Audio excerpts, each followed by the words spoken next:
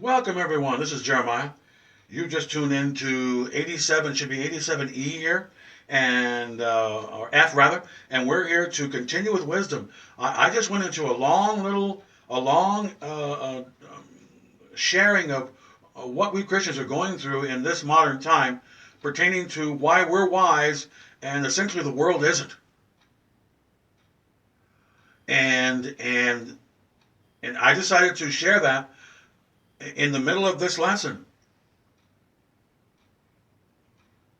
In other words, we've been sticking to scriptures and simple ideas that come from the Bible pertaining to wisdom. However, I decided to get into some of the things that prove that we're wise here as Quakers in northeastern America, thinking the way we think and speaking the way we think, and possibly even voting the way we vote. I'm not going to get into all that stuff. I'm just sharing with you that we have a certain way of thinking, and it's based upon the ideas that we hold dear very much to Thomas Jefferson. That it's wise to hold these truths to be self-evident, that all men are created equal. No matter what race you are, whatever, Thomas Jefferson just told you that he doesn't care. Okay, that's it. And because we're wise over here, and most of the world is not, what can we do about that? But enjoy our intellectualism. We enjoy being intellects. And God has shed His grace upon us. We didn't earn it, He just gave it to us. Which goes back to principle number 17 we're going to get into right now. Grace. The reason why we have that song, God shed His grace upon us, in the songs we sing about America is because that's what He did. The reason why I'm a Quaker here and not surrounded by men who beat their women up half to death under Sharia law is because we've been given grace to do so. I'm surrounded by men who will not beat their women up to death. Who actually do love. Okay? And we're thankful about that. And we sing about it too here. That God shed His grace upon us, northeastern Americans here. We didn't earn it. He just gave it to us.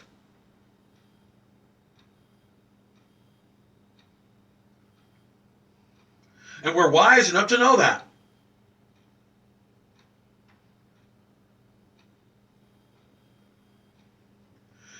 Now, this is Wisdom Lesson 87, and Jeremiah is getting ready to get the ball rolling here, and we're going to get into 17 now. Now, I'm going to skip a lot of introductory things that I normally do here, that we have no want here, and that Jeremiah has a picture here of a collage I've made of what actually heaven and earth look like. You can turn to lesson number 5, and I will tell you what heaven and earth look like and the actual dimensions. Why? Because I don't watch TV all night and let my brain shut down. No, I do shut my brain down periodically, and I do have time for fun and games, but that's not my point right now. Let's stick to what we're talking about right now. That we have no wants here because we have submitted ourselves to the King of Kings, and that's going to bring you peace. Jesus said, "Put my yoke upon you, and you shall find rest for your souls." Now, if you want rest, that's up to you. Now, a wise person wants to put rest upon their soul.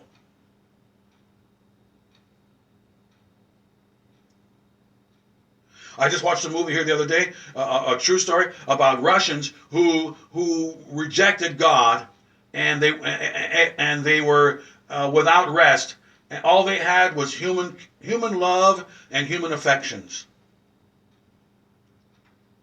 Now, obviously, we Quakers and so forth, and Christians, we don't put down simple human love amongst the family and so forth.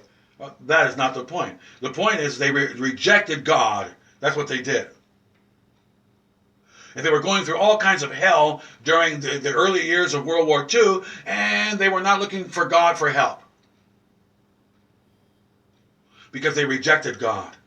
That's called a bad idea and unwise.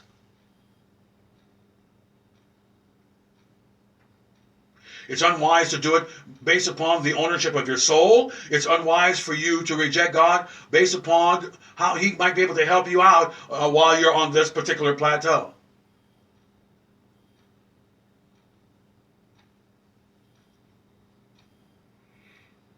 And I'm not supporting the clowns down south who say that God's going to always take care of you like a little spoiled child. That's not what I'm saying. Now let's get to number 17, which is the wise hear about the opportunity to serve the Son with love, and they act on it, and it's extremely beneficial for them. Galatians 1:6 says some people want to remove themselves from that opportunity.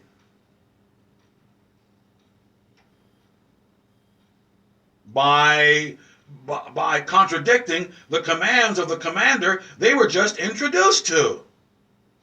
You can't come to Christianity and say, I'm saved by grace, I can do what I want to do, even to the point of contradicting my new commander.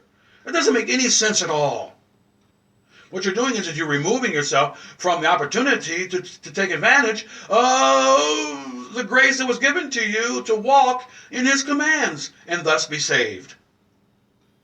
That's what Paul's saying in Galatians 1:6. And in 2:21, he says they're even not only trying to remove themselves from being saved, they're frustrating the flow of mercy that God is giving to you. God doesn't demand people to be perfect to be saved. But if you keep arguing with him, you're frustrating his favor to you. That's common sense. If my dad told me to go clean the room and I back-talked to him one time, he might tolerate that. But if I kept talking back over and over again, that's called an idiot.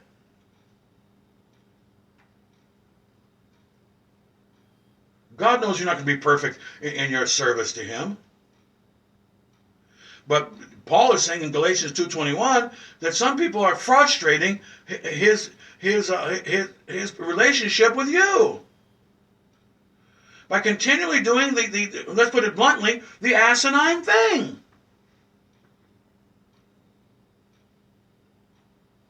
So we have removing and frustration going on. If you keep frustrating it, you're going to be removed. If I had an allowance from my dad and I kept not doing what he told me to do, I just remove my allowance. That's common sense. If God tells you to continue to love people and not put them down and so forth, and you went into the church, and that's rule number one, and you kept breaking it, you might get you might get booted out of there. Why? Because you disregarded his command, which was you have to love people. If you walk in the church and you think you're going to get away with not loving people, I have news for you. You're going to get the boot. I don't care how many times you sing Amazing Grace, God forgives. It's not going to work out for you. Because grace is the principle here, is an opportunity to love people and be about the business of doing so. And try to make excuses for it and hang around the church, not going to do you any good. You're going to get the boot. Because it is demanded of you to love as he loved. That's the demand. Period. It's a requirement. Hebrews 10:21, they despise the grace of God and the opportunity to serve. Some people will spit at God. He'll take them out of alcohol or take them out of drugs. He'll take them out of it and he'll set them free. He'll give them the power to walk in truth and love. And they'll turn around and look at God and say, ah.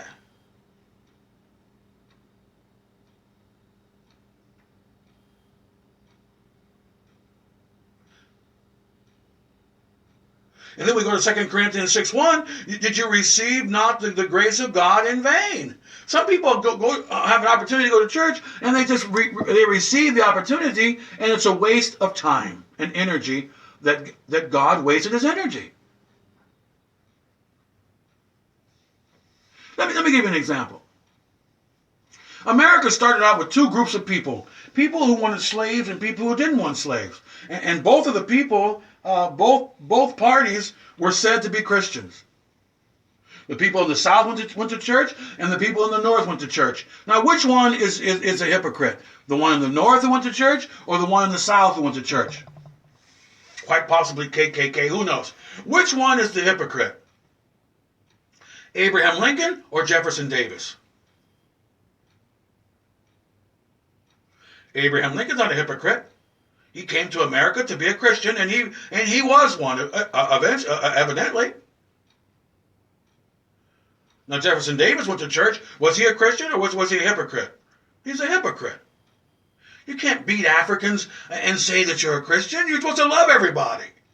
And furthermore, Jefferson Davis was supposedly a supporter of the Declaration of Independence, which said that all men are created equal.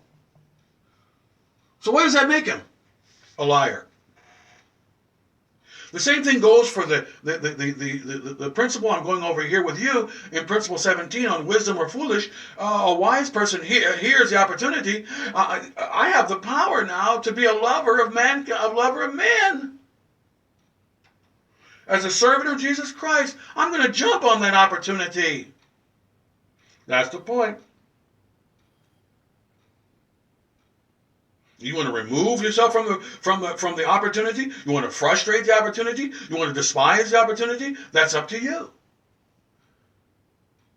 Now, fortunately, most people in Quakerdom around here, they don't want to remove themselves from the church. They want to continue in the marathon of loving people, no matter what happens to them. They don't want a TV preacher or somebody or a pope or somebody to tell them that they're special. They don't need it. They don't need special clothing. They're not going to frustrate the grace of God by introducing a lot of garbage into the church. And they're not going to despise the opportunity in doing these things. In 2 Corinthians 6:1, they're not going to receive the grace of God in vain. That's a huge scripture for Christianity right there. 2 Corinthians chapter 6, verse 1.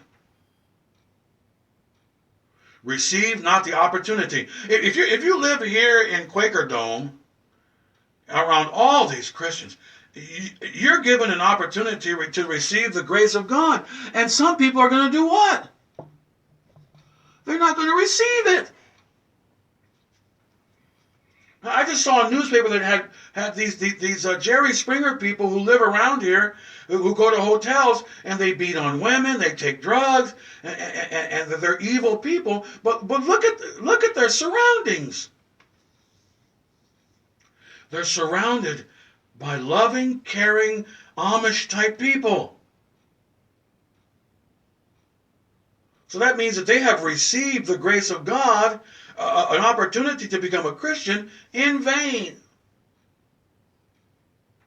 They drive by churches taking drugs, knocking women around about. That's receiving the grace of God in vain. You're surrounded by people telling you over and over again to serve Christ, be a better man, and be forgiven, and practice righteousness, and you throw it in the garbage can.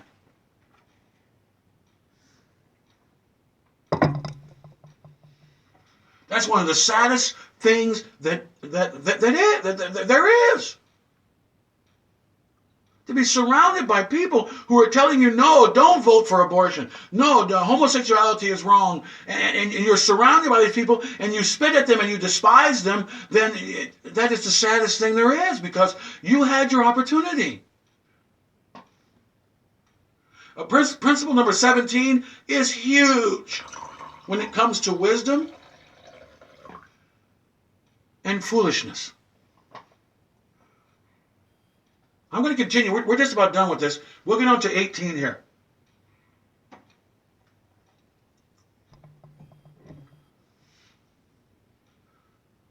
Now, the antithesis of this is 1 Corinthians 15:10.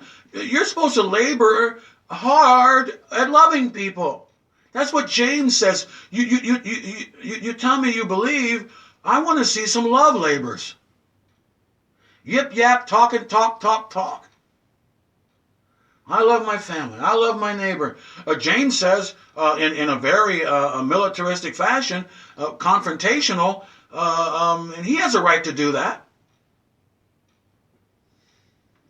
You have a right to ask somebody, you told me you're a Christian, etc. I'd like to see some action out of you.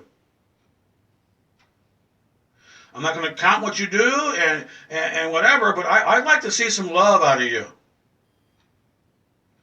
There's nothing wrong with asking somebody to do that, or questioning them and doing it in love. If they're going around beating people up and you're watching them beat people up and they tell you they're a Christian, you have a right to ask them, I'd like to see some love action out of you, sir. The TV preacher down south, I have a right to ask him, hey, bro, why are you hoarding cash? That's against the 10 Commandments. I need to see some charity out of you, sir. Paul says in 1 Corinthians 15:10, labor abundantly. That means that you're bestowing your opportunity or your gifts, which is the opportunity given to you by God freely, that you can love people, and you're going to labor abundantly in love. That's what 1 Corinthians 15 means. And that means Romans 1:5, that you receive the grace of God not in vain. You actually obeyed the royal law that Jesus gave, which is, I want you to come into church, receive my grace, and get out there and love people in the grace of God. Anything else is not going to work.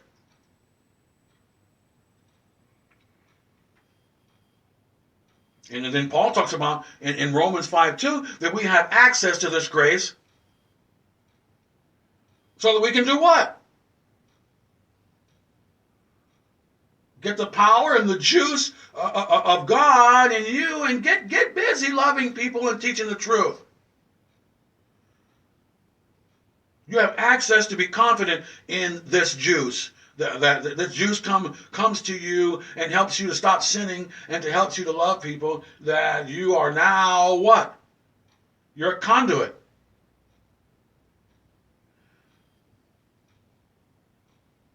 You're a vessel that God can use because you're open to doing the right things. And you're not going to remove the grace of God, frustrate the grace of God, despise the grace of God. No, you're going to labor abundantly as Paul did in his life. You're going to bestow love to people.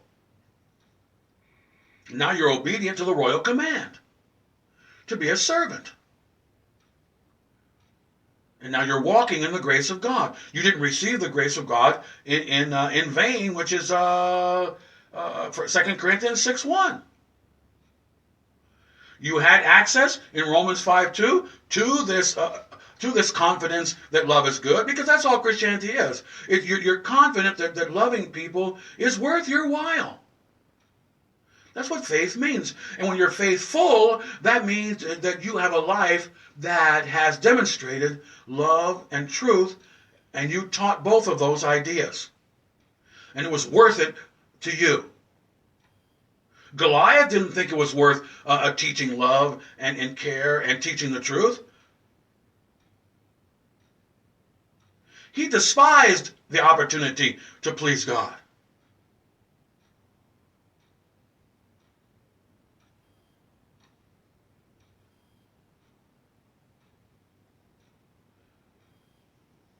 So some people want to remove themselves by frustrating God by continually coming against what he wants you to do.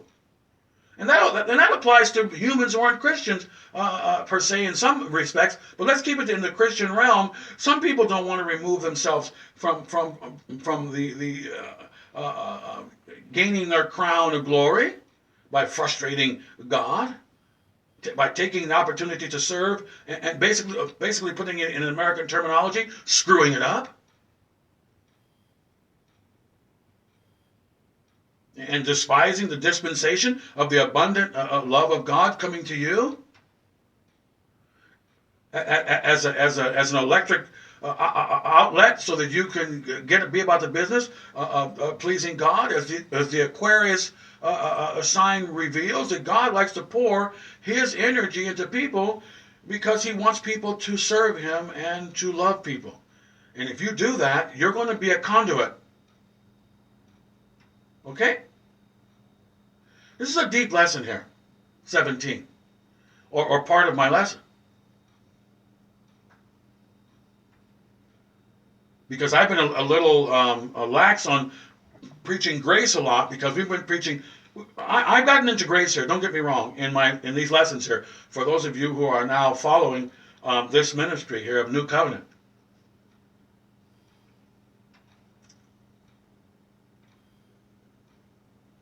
Okay? Now we're going to move on.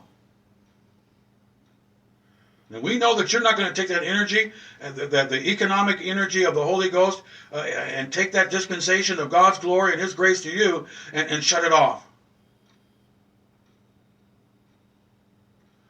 So that His accomplishments can flow through you.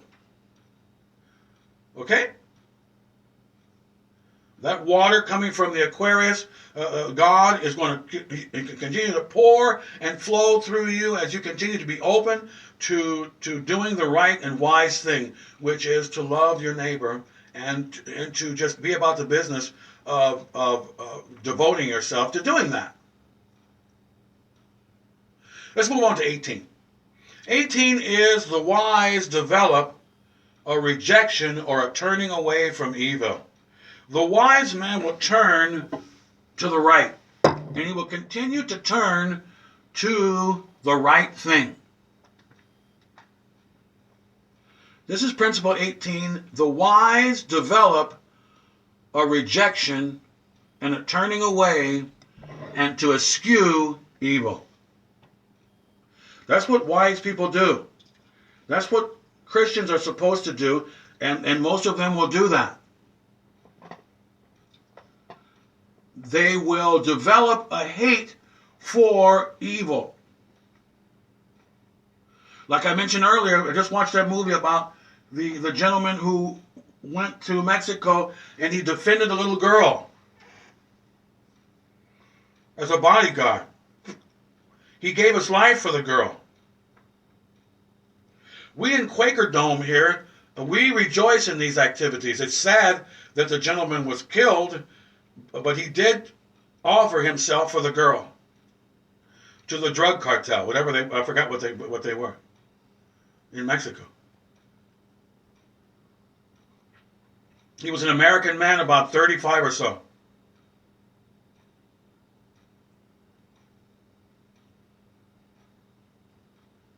This man had a hatred for wickedness. He had a hatred for the behavior of these kidnappers. He didn't necessarily hate the kidnappers.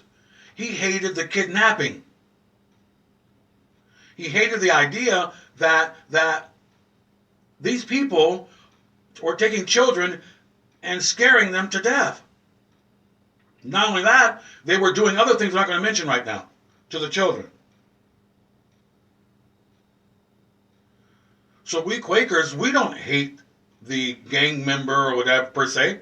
We hate what they did to the abducted child. That's what we hate. A lot of people are emotional ostriches who are mentally retarded, whose brains are very small. They don't understand that a lot of Christians and people who have half a brain, we hate the idea of what you're doing. We hate what you did to the victim. The reason why is because we love the victim. And the reason why a lot of people are hating Christians and so forth and calling us haters and so forth is because they don't love people. They're liars. If they love people, they would hate what was done to the person. That's common logic for a lot of people here in Quakerdom.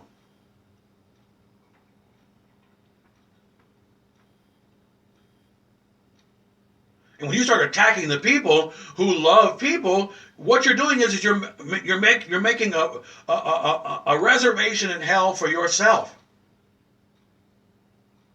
Because not only did you not love the child and want to protect the child and defend the child, the person who defended the child, you're coming after as a hater. Because I hate the activity that was placed upon in this movie and so forth upon the child. I'm not going to go into some of the stuff they do because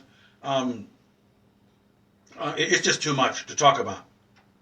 what some of these abductors do to children and stuff. We're going to suffice it to say that we hate the activity and we want the children to be defended. Okay, that's a bottom line. And we know that we have a sound mind over here as Quakers, and we don't care how popular it is amongst Democrats, leftists. We could really care less about how popular it is not to defend them. I could care less. I'm going to stand up just like that gentleman did who wiped out a few of these scumbags and freed the girl and offered and gave his life for the girl. This is what makes Quakerdom a living, a beautiful thing. Because we don't get paid over here in Quaker Dome area by hoarding money like these clowns down south or something who teach an improper gospel. We pay ourselves like that gentleman in the Cyrano movie pays himself. We pay ourselves 10 times what you get out there in the world. Greedy people, murderers. We get stuff 10 times more fold than what you'll ever receive, and that is satisfaction of the soul. Satisfaction that I know that I belong to the intellectuals. Satisfaction that guy who died for that girl, that in essence is my brother. Do you understand that? We get joy out of that. And it's something that some of you people out there in America and around the plateaus here, you'll never experience. Because you hide your head in, you want to be mentally retarded, and you really don't care about the girl. All you really care about is yourself. Luxuriating, partying, freaking out in this world. But we Quakers, we rejoice in the activities of soldiers. We rejoice in the activities of this gentleman in this movie. We rejoice in this kind of stuff because it's what makes a man a man. It's what makes life worth living, even though you may suffer through it.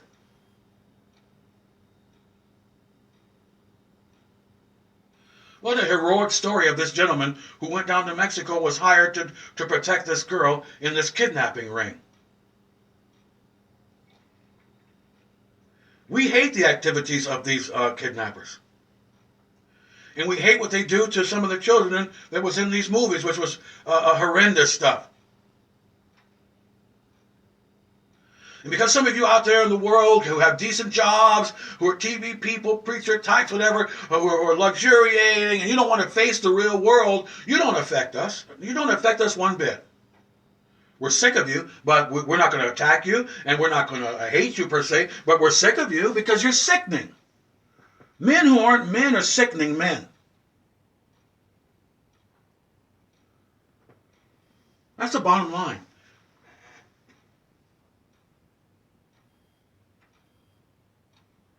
And to all of this, America going down the toilet, all of America hasn't gone down the toilet. Abraham Lincoln didn't go down the toilet. The KKK members, or thousands of them, that doesn't ruin the honor of Abraham Lincoln, does it? No, it doesn't. All you leftists or weirdos out there in the world, that doesn't matter if there's millions of them or not. It doesn't affect us. We have a sound mind. We enjoy defending the helpless. And those who do are our brothers. End of story. Principle 18 is the wise develop a hatred and a turning away from evil.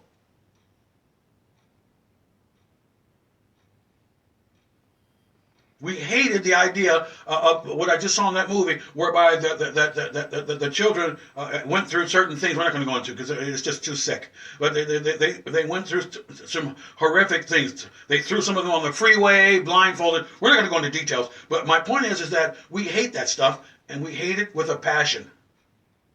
And for those of you out there who are flippant, I don't care, I'm a Democrat or even a Republican. Most of you people in the world right now are basically Democrats, and you know you are, but it doesn't matter what party you're in. You don't want to stand up for victims, and you don't want to stand up and defend people's rights. You don't want to do it. All you want to do is party and be a little weirdo. That's all you want to do. defending gangster rap or whatever, you know what? You're unwise, and you're going to face God by not standing up and making a stand for what's right. Jeremiah's on fire today, but he's always on fire. There's nothing new for me. I'm on fire for truth and love and care, and it's not going to stop when I go to heaven. The fire will still burn. That's why Moses saw a burning fire when he went to Mount Sinai. What he saw was a God, a creator who is in charge of everything, who burns with love and truth constantly. And when we become children of God, we become lights of the world by grace. That gentleman who defended that girl, he is a light in the world. He could have went to Hollywood, made movies, weirdo, perverted movies, sitting in Sunset Boulevard, drinking beer, laughing, romancing the night away. But he did the right thing. He stood up for truth, and he defended somebody. That's the right thing to do.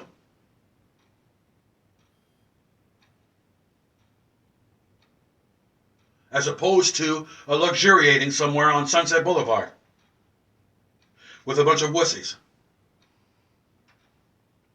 I'm luxuriating. Oh, I'm having a great time. We're going to Disney World. Oh, it's a great time in our lives. Oh, we're going on a fishing trip and oh, la, la, la. I'm not putting all that down. I'm just saying that the attitude of a Christian is he's open to this stuff and he rejoices in all of this heroic activity. A man that goes over to Sharia law and the Muslim men say you can't defend the woman here because she showed part of her body and we're going to beat her to death. If he tries to stop them, that's a hero. That's my point. And that's what Christianity is, where the rubber meets the road in hating evil. I'm telling you.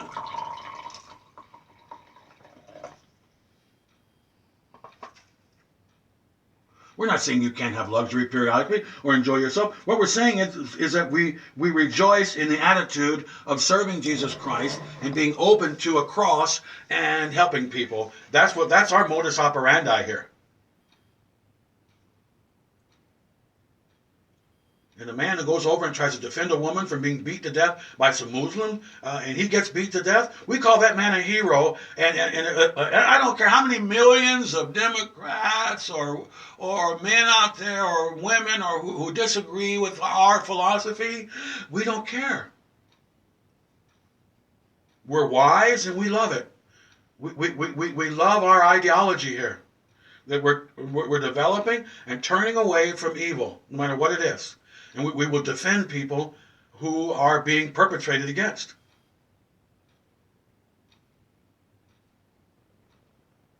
That may disturb many of you. That's too bad. That's the way life goes. Proverbs 8:13. The fear and the respect of the Lord is the beginning of wisdom, and that is to hate evil. When you get to heaven, there'll be no evil because God will not tolerate it. When we get to heaven, there'll be no evil. No one's going to harm anybody forever. Because that's where God lives. That's the way God thinks. He hates evil. Psalm 97:10. Ye that love the Lord hate evil. Hebrews 1:9. Thou hast loved righteousness and hated evil. Therefore, God is going to give you a name and put you in a comfortable place. That's the Father talking to the Son, but it applies to us too. That a life of living correct, it comes to a good end.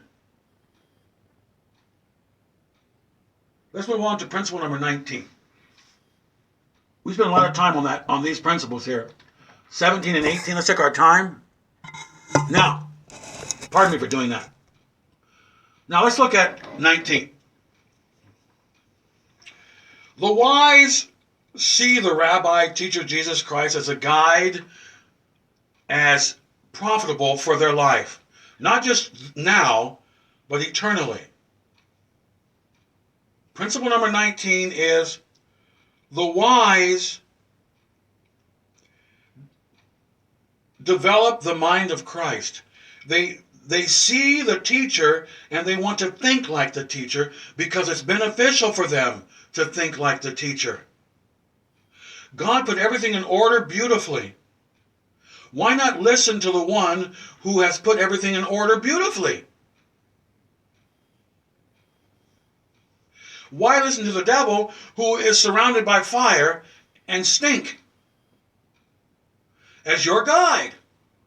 Doesn't it make sense to listen to the one who's in heaven with rainbows and peace and purity? Okay, this is a very simple principle here.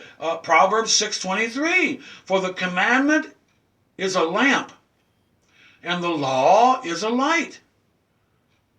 So that God's orders and the things that he's teaching you, it's going to fix everything and make everything good for you. It's going to change your errors, modify your errors, so that you become a wise counselor. That you become an individual who accepts correction, and now the way of your life is going to be beneficial for you. It's going to be good for you now. You're going to rectify remedies, problems, and and you're going to find the remedy for your problems. Because you're not going to go by your feelings anymore. We're going to repeat that scripture to you that the Bible says that he who trusts his own heart is a fool. That's our next principle here, 20. You're not supposed to trust your feelings and what people tell you. You're supposed to trust in what the Bible is teaching you. In other words, you're going to submit yourself to the guide, Jesus Christ. It's going to bring life to you. Principle 20 is that the wise own agape feelings and agape thoughts. In other words, your emotions are under control. Your emotions are under thought. You just don't think and act. Or rather, you just don't think and act without thinking. That's what the word agape means. When our precious Lord uses the word agape, he refers to it as a love in your heart that is guided by wisdom and knowledge. That's what the word agape means. Now, obviously, for an immediate perspective, it means that you're going to receive the love of God in your heart, and it's going to make you feel awfully good. That's the very simple principle of agape. That you've repented and you confessed your sins. You're sorry about being a sinner, and you're going to start practicing righteousness and pleasing God, and he's going to put his love in your heart, and it's going to make you feel good. That's the basics of agape love. But I'm branching this out into how you think with your emotions. I don't want to overcomplicate things for some of you. Okay? Now we're gonna get to 20 on the next video. Okay, we're done. And that is, we're going to start talking about how Proverbs 28:26 says, "He that trusteth in his own heart is a fool." You can't trust your heart, because the heart is desperately wicked after the fall of Adam and Eve. Because man trusted in his heart to the devil. And so what God did was, he just let you go. So that you can't trust in what you feel anymore. Okay? You need the commands of the Lord. You need the teachings of Jesus Christ for you to know what to do. You need how to feel and how to think. Okay? We're going to get back to that. That should be very brief. That's principle number 20 of what is wisdom. Wisdom or foolishness. Are you wise or are you a fool? Well, you're supposed to study your Bible to find out. And if you're wrong, correct yourself. That's part of number 19. You need to rectify it with the remedy of study. Okay? And 20, of course, is the wise. They own an agape mind. They own a mind of affection with wisdom. I just told someone here the other day that a lot of people hug animals and so forth, And you should take care of animals. However, you don't really understand that animals and humans are a lot alike. That if you take away something nice from a human or an animal, they'll become deadly. A cat, many cats and animals, if you take food away from them, they will attack you. But if you take care of them and everything is going hunky-dory, they'll snuggle up with you. The point is that their character is not what you may perceive based upon you. And same goes for humans. I've had relatives and friends of mine who went through hell on earth, and they were going through it, and they became mean monsters.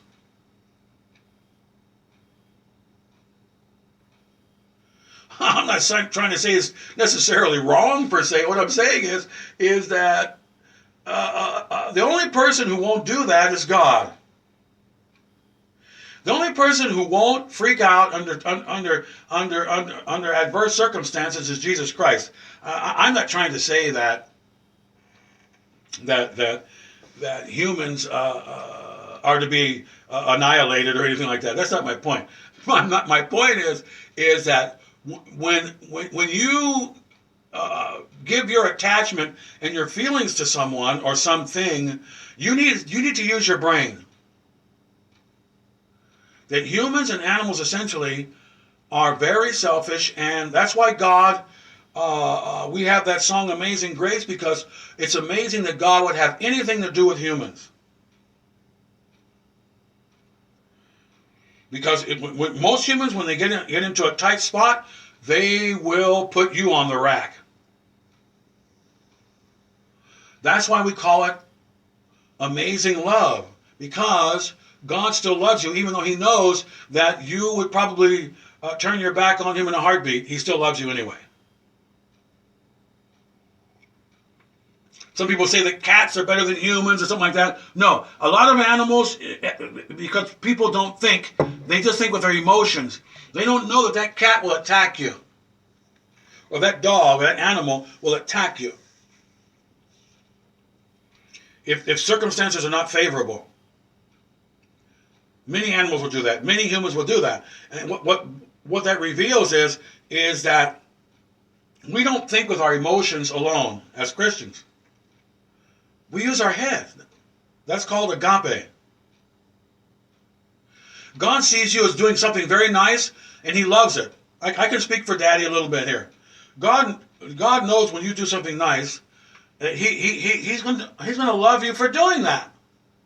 But at the same time, he also knows that you're going to probably ruin it the next day. There's a famous movie that has, let's check the time here. There's a famous movie that has 20,000 Leagues. I'm not going to go into the movie, but Captain Nemo tells one of his shipmates that even though that gentleman just saved the life of someone, he saved someone's life, he said that he'll undo it tomorrow. So he's not that impressed. Well, he was wrong about that. He should have been impressed. But he was right about the fact that that man will go do something evil tomorrow. Which means that even though he did something loving and caring yesterday, he's unacceptable in God's presence. Why? Because God will not accept anyone in his presence who would even think of one evil thought. Are you understanding me? But God so loved you and me that he, in spite of your condition and you being fallen, he's still going to fellowship you, cover you with white, and fellowship you in heaven, in spite of all this.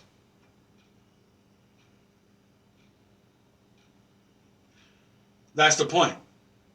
And I'm not saying attack cats or don't take care of cats or animals. That's not my point. I'm making a point about agape, okay?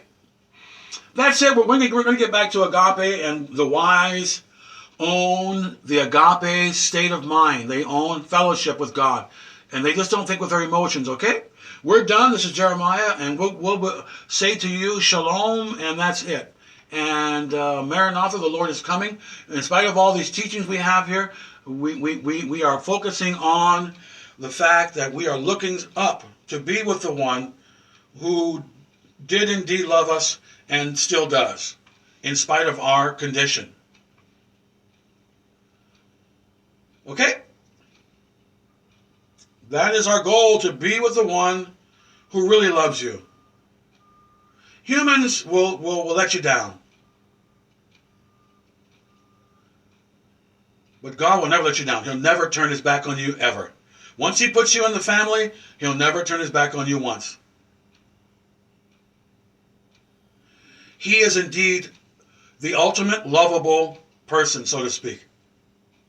That's it for Jeremiah. It's done. We're going to get back to 19. That's right, 19. And we're going to talk about, 20. We're going to talk about trusting in your own heart. Okay, that's it. Jeremiah is done. Shalom.